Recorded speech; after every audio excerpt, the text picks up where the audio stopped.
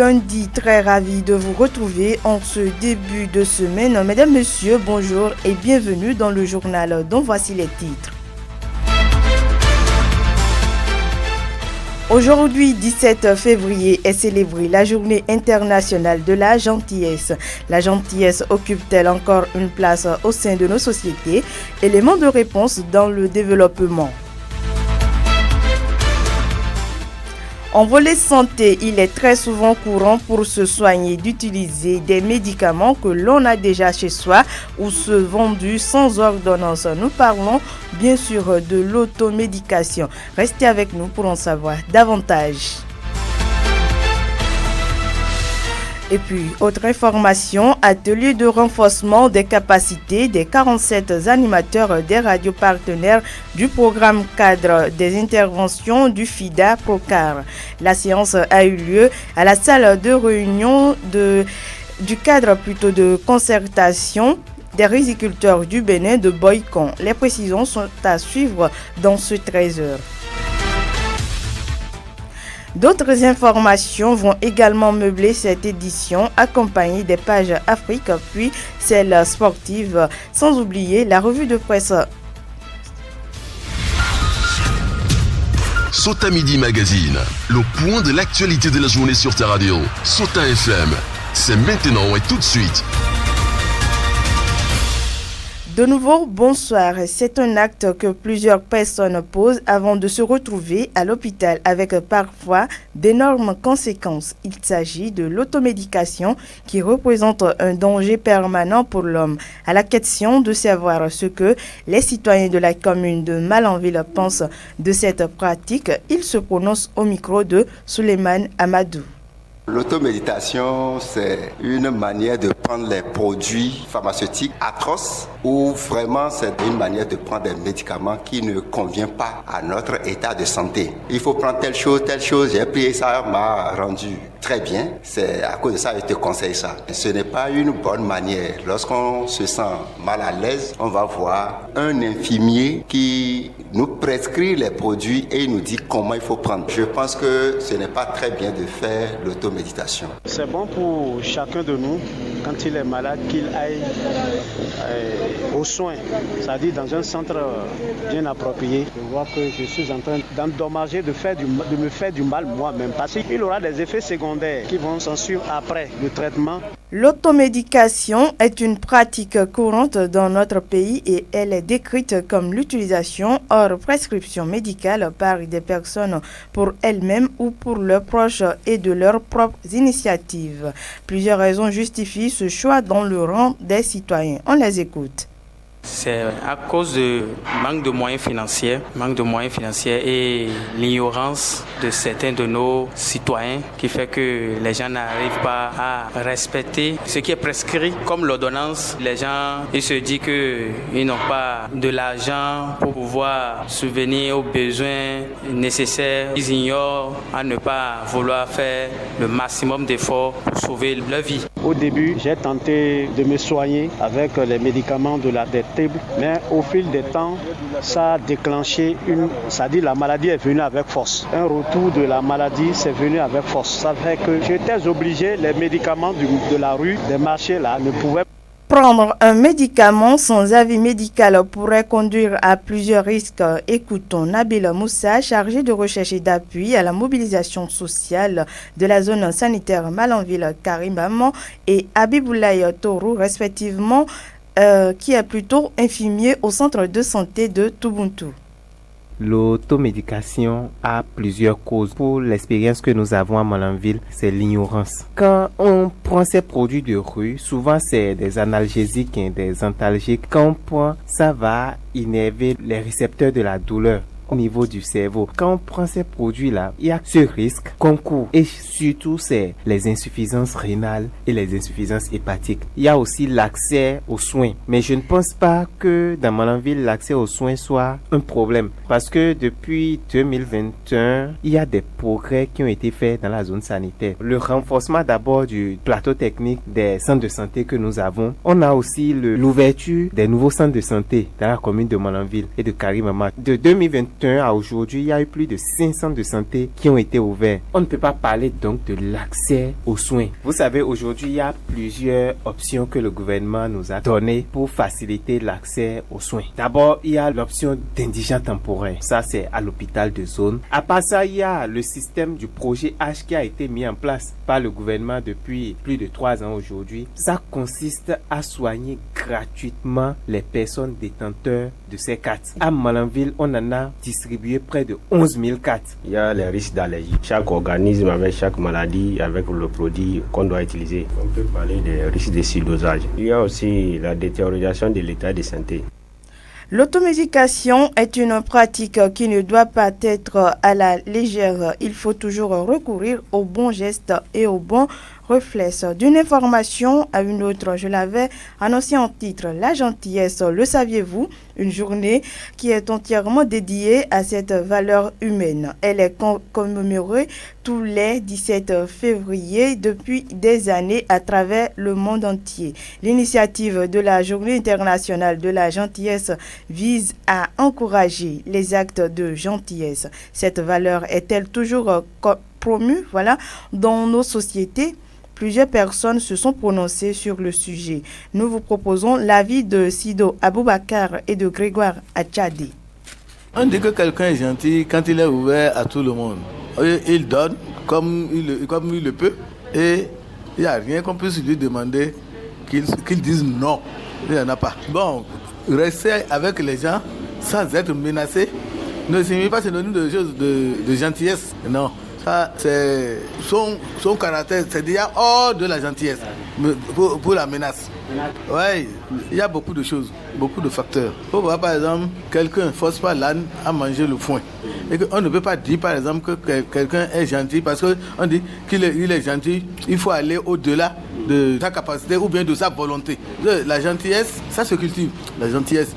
Une personne gentille, c'est une personne d'abord compréhensive.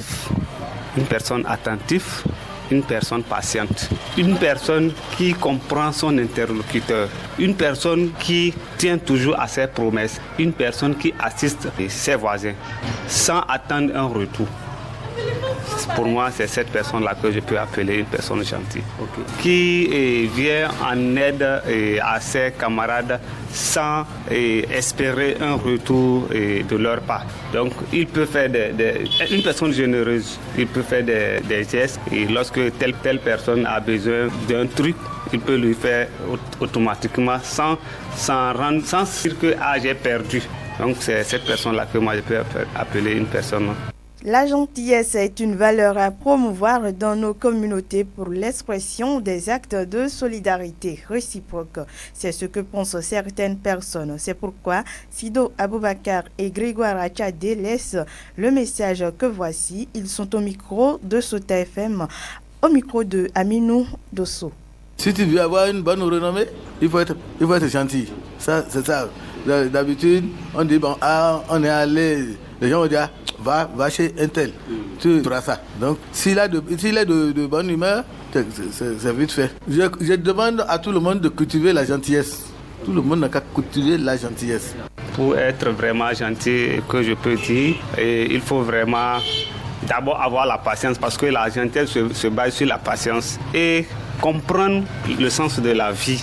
Parce que si aujourd'hui X a les moyens et que Y est en difficulté, il faut que ce X-là assiste ce Y-là sans penser à un retour, sans se dire que je l'ai aidé parce qu'il n'en a pas.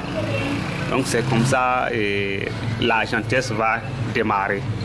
Comme annoncé en titre, ils sont au total 47 animateurs des radios partenaires du programme cadre des interventions du FIDA Procar à prendre part à un atelier de coproduction des thématiques qui feront objet de production des émissions dans le cadre de la mise en œuvre du projet PADMAR tout au long du partenariat. La séance s'est déroulée du 10 au 13 février à la salle de réunion de la CCRB de Boycon. Ceci vise à renforcer les capacités des professionnels des médias sur les notions de la nutrition, l'une des thématiques que développent tous les projets du PROCAR. Je vous invite à suivre cet extrait de Ismaël Chabi pour plus d'explications. Il est le responsable gestion des savoirs et la communication au PROCAR.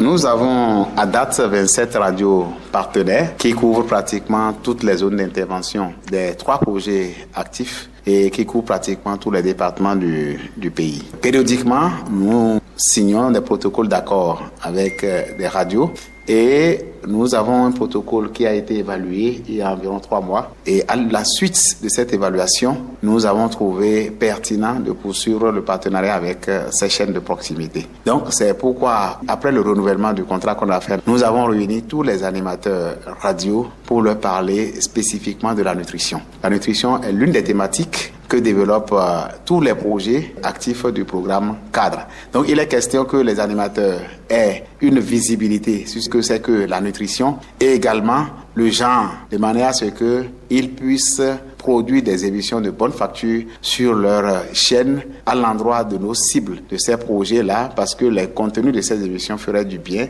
que vous soyez cible de PADMA, de Prima ou de PADAM, ça va le faire du coup du bien. Au cours de l'atelier, une thématique a été également abordée pour soutenir la nutrition. C'est l'accessibilité des biofertilisants au Bénin. Modeste Dayator, président de l'association des fabricants d'intrants organiques FAO, apprécie les actions du PADMAR dans ce sens. En insistant sur les biofertilisants, il faut reconnaître qu'il y a un passé récent, il n'y avait pas suffisamment de fabricants d'intrants organiques au Bénin. Donc, PROCAR, à travers PADMAR, a identifié les quelques personnes, acteurs qui étaient dans cette activité-là. Il faut continuer à sensibiliser. Dans d'autres régions du Bénin, c'est une activité rémunératrice qui peut permettre à d'autres Béninois de vivre de cette activité. La porte n'est pas fermée. Nous, au niveau de AFIO, nous voudrions vraiment que d'autres personnes puissent entamer. Vous êtes à l'écoute du journal Parler, marquons une courte pause. Sota Info Midi, le point de l'actualité sur ta radio. La traque contre les faussaires s'intensifie au Bénin. Plusieurs indélicats à des postes de responsabilité viennent de tomber dans les mailles de la police républicaine. Les unes rocambolesques que les autres, ce sont des affaires de malversation et des abus de fonction qui éclaboussent plusieurs acteurs. Au détour d'un point de presse, le porte-parole de la police républicaine a dévoilé ces différents dossiers. Je vous propose de suivre celui relatif à un abus de fonction d'un notaire épinglé. Eric Oru-Yerima est le chargé de communication de la police républicaine. Un notaire qui s'est vu confier un titre foncier d'un immeuble à Akpakpa dans le but de trouver un acheteur a fait signer en usant de faux et usage de faux pour se faire confectionner un acte de vente et a rapidement formalisé cette transaction à l'insu du propriétaire. Après cette formalisation d'acte, le faussaire et son complice ont réussi à obtenir un prêt bancaire. Mis sous pression par le propriétaire de l'immeuble, le dit notaire a trouvé la malice de rédiger un acte de reconnaissance de dette de son complice acheteur envers le légitime propriétaire de l'immeuble. Et donc, cet acte faux leur a permis de contracter un prêt de 130 millions. Les investigations menées par les services d'enquête de la police républicaine ont permis d'appréhender le notaire, son complice étant en fuite, et de le déférer devant le procureur spécial près la Cour de répression des infractions économiques et du terrorisme pour escroquerie et abus de fonction. D'une affaire à une autre, le directeur départemental du cadre de vie de l'Atlantique est poursuivi devant la justice pour fraude et corruption dans la passation des marchés. Suivez les précisions d'Eric Oru-Yerima. 2 cas de fraude et de corruption dans la passation des marchés publics. En effet, le directeur départemental du cadre de vie et des transports en charge du développement durable de l'Atlantique est un cas de l'administration publique qui a développé et mis en place tout un système de collusion, de fraude, de corruption et de fausses attestations dans les marchés publics. Profitant de ces différentes positions, ce cadre s'adjuge des marchés publics qu'il lance en utilisant des sociétés d'amis et de proches dont les documents lui sont confiés. Il a développé cette pratique depuis une quinzaine d'années et a toujours réussi à se faufiler à travers les mailles du filet. C'est suite à une plainte d'une de ses complices, de la part de laquelle il a réussi à se faire remettre 10 millions de francs CFA que l'enquête de la brigade économique et financière a conduit à son arrestation, sa garde à vue et à sa présentation devant le parquet spécial. Après l'avoir écouté, il est poursuivi avec mandat et sa complice mise sous convocation. Par ailleurs, un cadre de la présidence de la République est impliqué dans des affaires de fraude. Il s'agit du délégué de contrôle financier en service à la présidence de la République qui se trouve au cœur d'une vague de dénonciations de pratiques corruptives telles que l'indique Oruyerima, porte-parole de la police républicaine. Le vendredi 7 février 2025, le délégué du contrôle financier en service à la présidence de la République sur dénonciation de pratiques corruptives dans les marchés publics dont il s'est fait coutumier a été arrêté. Il est à signaler qu'avant son arrestation, ce dernier avait abandonné son service depuis une semaine. Connu des services d'enquête financière pour des soupçons de pratiques corruptives, il a fini par être rattrapé pour avoir développé et mis en place un système de corruption passive et de rançonnement des opérateurs économiques. Intervenir dans le cadre des sinistrés, d'alléger des souffrances des victimes d'accidents ou d'une catastrophe naturelle ou provoquée, c'est la mission de la Croix-Rouge, ce mouvement humanitaire ayant pour mot d'ordre protéger, alerter, secourir. Passe en abrégé est aussi présent dans la commune de Malanville. Quels sont les réflexes à avoir devant un cas d'accident? Le secrétaire général du comité local Croix-Rouge ici à Malanville apporte quelques éléments de réponse. On écoute Caliste Ressou. La Croix-Rouge est un mouvement humanitaire qui a pour mission d'intervenir dans le cadre des sinistres, d'alléger les souffrances des victimes d'accidents ou d'une catastrophe, que ce soit naturelle ou provoquée. Dans notre jargon, la conduite à tenir devant un cas d'accident, c'est notre mot PAS qui veut dire protéger, alerter, secourir. Vous savez, quand vous tombez dans un accident, vous ne devrez pas vous précipiter. Il faut avoir l'esprit de technicien si vous êtes secouriste, mais lorsque vous n'êtes pas secouriste, vraiment il ne faut pas se précipiter sur une victime au risque d'aggraver sa situation. Alors, protéger, alerter, secourir veut dire qu'il faut baliser tout de suite pour éviter le suraccident, d'alerter les sapeurs-pompiers ou la police ou les leaders qui sont dans la communauté ou d'autres techniciens s'il y en a,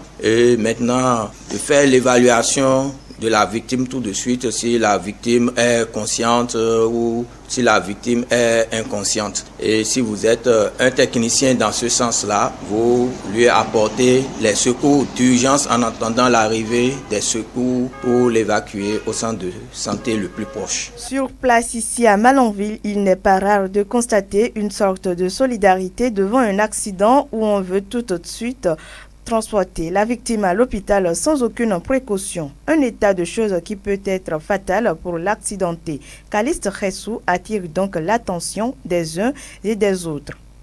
Lorsqu'il y a accident, tout le monde veut solidariser. On ne sait pas qu'en même temps, on est en train de renvoyer la victime de via trépas. On aurait attendu voir les premiers gestes qu'il faut, comment il faut ramasser la victime, parce qu'un accidenté, ce n'est pas quelqu'un qu'il faut ramasser comme on veut. Une personne qui est fracturée, est-ce qu'il y a la technique qu'il faut pour ramasser la personne? Sinon, vous pouvez créer encore une surabondance d'hémorragie. Donc, lorsque une personne est déjà en cas d'hémorragie, c'est d'intervenir pour bloquer le saignement. Maintenant, lorsque on ramasse comme on veut et on voit la personne accélérer dans le saignement, bon, le sang est un élément vital. Lorsqu'on arrive à perdre cela, les dégâts sont à côté. Aussitôt, on rentre à l'hôpital et on dit la personne est partie. Alors qu'on peut déjà bloquer tout ça sur le site de l'accident et évacuer la personne tout en regardant les signes de vie jusqu'au moment où les sapeurs-pompiers ou les urgentistes viendraient avec le véhicule. Bon, il est bien vrai, on veut aider la personne avec un tricycle, oui, je suis d'accord, mais il faut avoir aussi la technique de bien ramasser la personne pour secourir. Parce que tout ce que vous faites qui n'est pas au profit de la victime, ça crée des conséquences et c'est fatal. Cette fois-ci, nous installons la page sportive et c'est avec vous, Bruno Gakli. Bonsoir. Bonsoir, Dorcas Orisha. Bonsoir Bruno, une fois encore, les nouvelles sportives, c'est avec vous. Et on parle du championnat national de football Celtis League Pro saison 2024-2025. Donnez-nous le résultat des rencontres disputées ce week-end dans le cadre de la 18e journée. Oui, merci à vous Dorcas Orisha. Il faut noter que dans le cadre de la 18e journée de Celtis League Pro saison 2024-2025, nous avons eu des rencontres. Il s'agit de Buff FC qui a croisé les crampons contre Panthère FC. Le score est soldé par 2-0 en faveur de Buff FC. Rodio FC, Lotopopo, 1 en faveur de Lotopopo. Cavalier FC, Banigansé, 2-1 en faveur de Banigansé. Real Sport 2, Parakou, à 3-0 en faveur de Real Sport contre Damissa. Abeille FC 0, Biki 1 point. Boa FC 1 but en faveur de Damissa, voilà, de Takune FC, j'allais dire. Pendant ce temps, nous avons cette rencontre qui a opposé ces deux équipes. Il s'agit de de Dynamique FC contre Dynamo Dabome Calavi. Le score est soldé par 1-0 en faveur de Dynamique. Dynamo contre Espoir de Savalou, 0 but partout.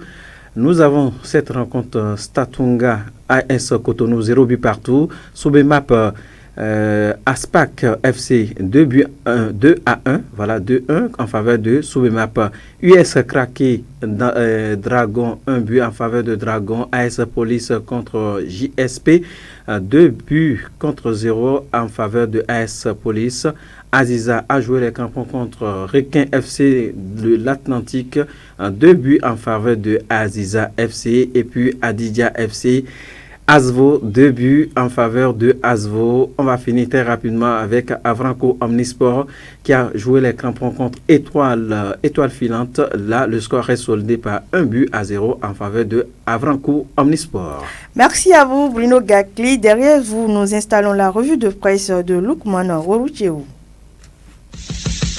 Suivez la revue de presse sur Souta FM. Amis de la plume et du papier, mesdames, messieurs, bonjour.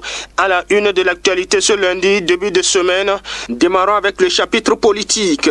D'abord avec Foscoru pour un Bénin émergent qui, d'après Matin Libre, se montre déterminé pour les élections générales de 2026.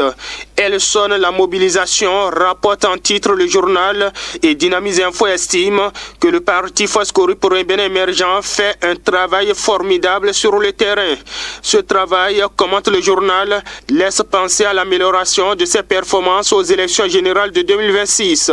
Le regroupement politique dont Paul Onkwe est le secrétaire exécutif lance le défi de surpasser la barre exigée pour l'enlèvement des sièges, écrit Dynamise Info qui déduit en manchette que la Foscoru pour un Bénin émergent est sûre de la remontada.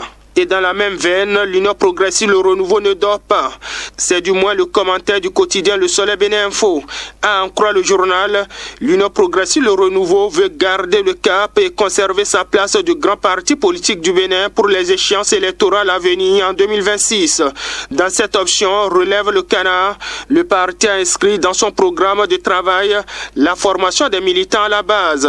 Par ailleurs, rapporte le Télégramme, pour célébrer avec ferveur le 35e anniversaire anniversaire de la conférence nationale, l'Union Progressiste Le Renouveau a organisé une messe d'action de grâce à l'EPMB Jérusalem Yenawa. À cette occasion, indique le journal 109, Djogwenou invite à la paix et à la cohésion nationale. Réaction, l'investigateur du jour rapporte que Candide Azanaï maudit les messes d'action de grâce de l'Union Progressiste Le Renouveau.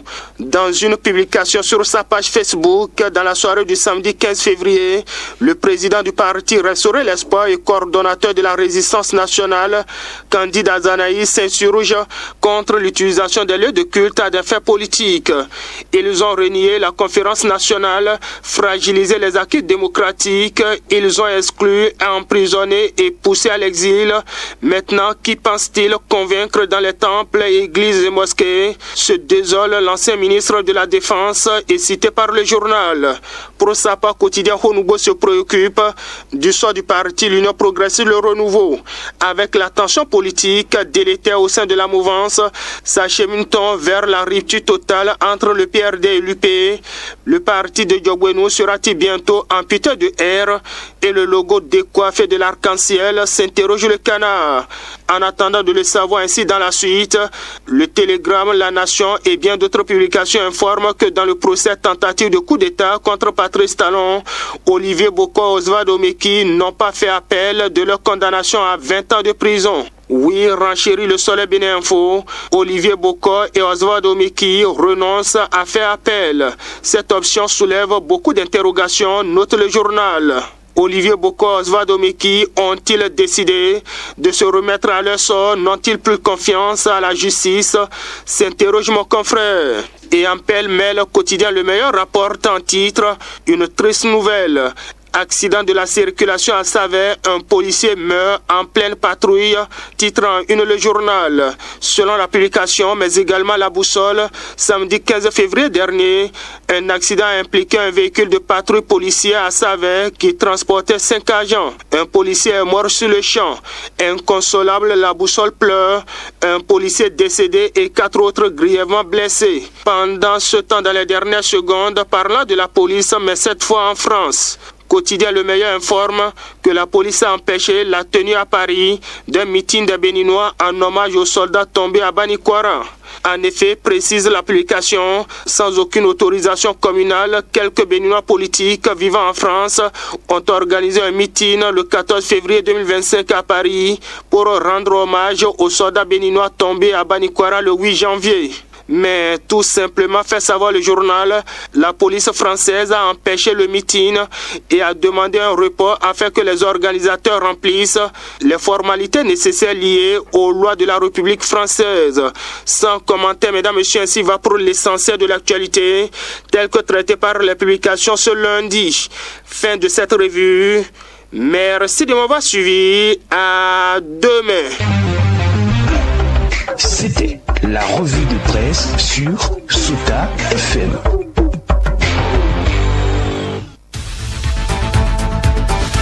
Mesdames, Messieurs, ainsi se referme cette édition du journal Parler. Merci pour votre attention. À la présentation, je suis Dorcas Orisha, mise en onde Aboubakar Doko. À l'édition, David Labo. Très belle semaine à chacun et à tous. C'était Sota Midi Magazine, le rendez-vous informatif de la mi-journée sur Sota FM, la radio de l'espoir.